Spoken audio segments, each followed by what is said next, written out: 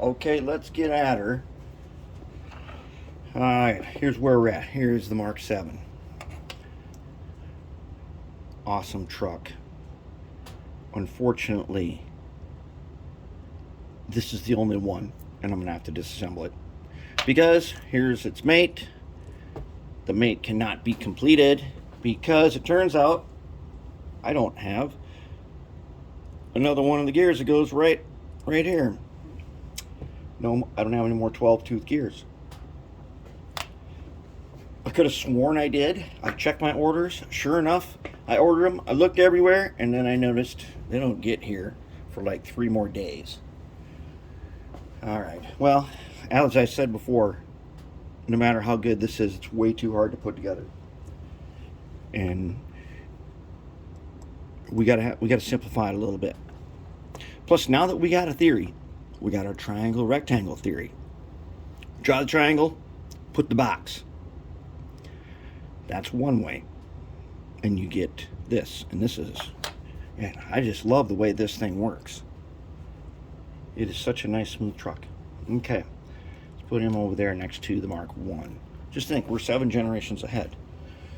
The Mark VIII, it's looking like it's going to be a special, because here's a DD40. Here's a DD40. There's one. There's one. And here are the parts for those two.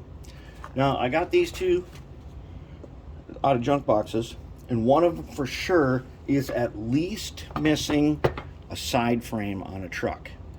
That's one I know. I'm not sure if it's this one. It looks like it is, because I found this and I did not find a side frame. So I think this is the one where it has an incomplete truck. I do think, I'm not sure, I have to count them. I might be missing wheels. But these wheels, these are the old Athearn wheels. We have to make trucks that can handle these. And I have a feeling that the trucks, if we can solve the problem of getting power from the end of these trucks, and as you know, the way that's done is by these little bearings. These fit in a socket, and that's where the power goes. Power goes through the side frame to this spring steel, and then it connected to the frame on one side, and the other side to that arm, which had a clip on it, like this. All right. So these here have a rectangular opening to accommodate this type of wheel set, which I thought would be the best choice. One, because I had 2 sets of 3 of them, plus a couple extra. And 2, I thought, well, that makes it easy. I'll use a copper strip like this to pick up the power, and that'll be amazing. Which, in truth, that is amazing. But then to hold, I need a bottom piece for this. And I tried doing a thing where I drill holes, and I was going to drilling a sandwich, a 3-layer thing, rather than drilling just to attach a piece. You're trying to make a sandwich, is really hard to get it to line up right. I said, okay, well, I will just glue this copper on here. That'll be no problem. Then I'll put a cover over it. That's actually a pretty good idea. We're probably going to do that. But then I'm going to be out of those axles. And the 12-tooth will arrive. By that time, a day or 2, I think we're going to have a new truck. So here's the idea. We're going to make this a rounded slot, and this will fit in there. And the cool thing about that is, look at all the play I can have between, oops, that's not the right one. We want this guy, a rounded slot like this. Okay, so now this guy sits in here, and if you can see, I've got a bunch of this kind of play. And as many videos as we've made about derailment proofing, things like the SDP40, that right there appeals to me. I think that would be a really good design. The only problem is we got to get power then. I can make the round socket. In fact, this would work in the square socket just like it is right now. It would totally work in there.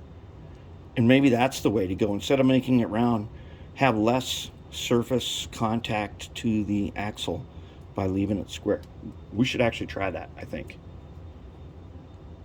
Yeah, if we got to have a design that'll hold that. And we could probably do that in the old Mark I here, just to see how it works.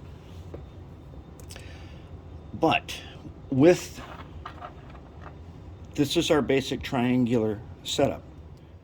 And what I'm thinking is, one of the things I said that I wanted to do was make a truck that this is infinitely extendable. So one more set of 3 right here would give me a 4th axle. And then I'd have a replacement for the DD40 that's missing it, and we could test that. That would be a really good idea. And that's where we're going to go with that. And we're going to have to do some redesigning of the height and the length of the tower that the gear train fits in.